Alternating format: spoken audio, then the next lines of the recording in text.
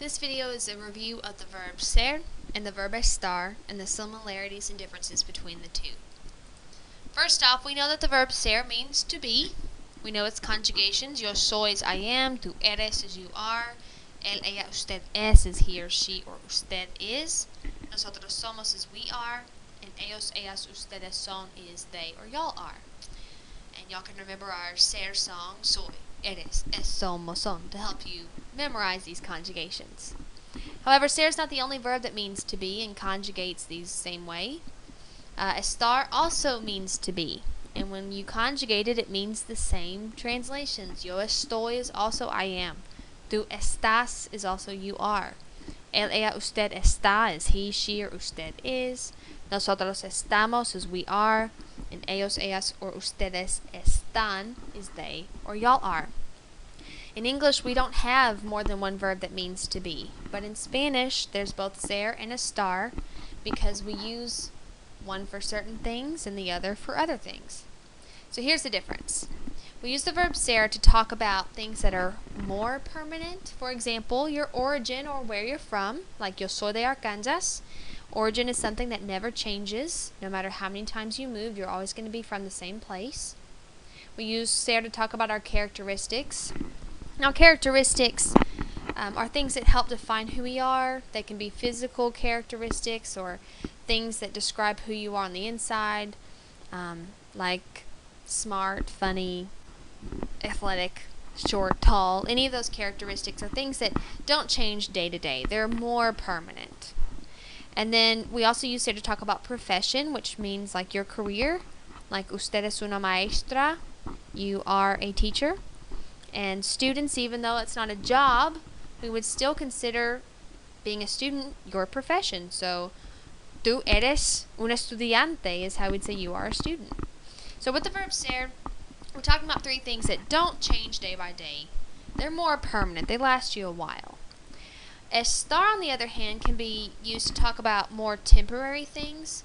If you think about your location throughout the day, you probably go to 10 different places throughout the day. Like right now, you might be in Spanish class. In an hour, you might be somewhere else.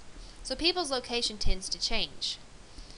However, even if you were talking about location as something that doesn't change, like the bathroom, or a building, or a restaurant, or a town, even that kind of location that tends to stay permanent, we still would use the verb estar to talk about. So, ¿dónde está el baño? Would be where is the bathroom?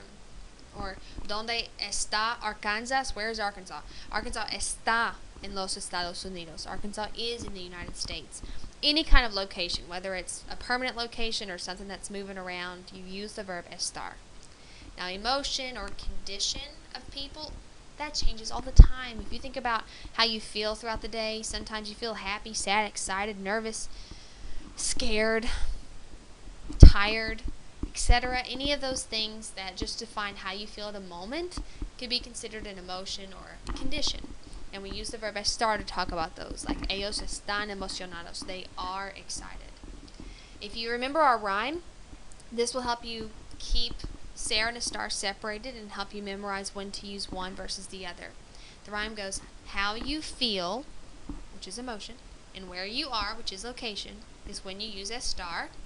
What you're like, characteristics, where you're from, origin, is when you use the other one, which is ser. So again, it's how you feel and where you are is when you use estar. What you're like and where you're from is when you use the other one. Here's some examples of how to use ser versus estar, which this kind of activity is what you'll have to do for your semester exam. Yo estoy en la clase de español. I am in Spanish class. That's location, so we use estar. Tú eres muy atlético. You are very athletic. So we use ser because athletics is a characteristic. Same with number 3. Ella es bonita. She is pretty. Number 4. Nosotros somos de los Estados Unidos. We are from the United States, so we use ser because it's about origin. Ustedes están muy cansados. Y'all are very tired. Tired is a condition, so we use estar. Ellos son muy buenos médicos. Y'all are very good doctors, so that's profession. Now, number 7, if you say Elena es muy aburrida, you're saying she's a boring person. If you say Elena está muy aburrida, you're saying she feels bored now. So sometimes you can use either.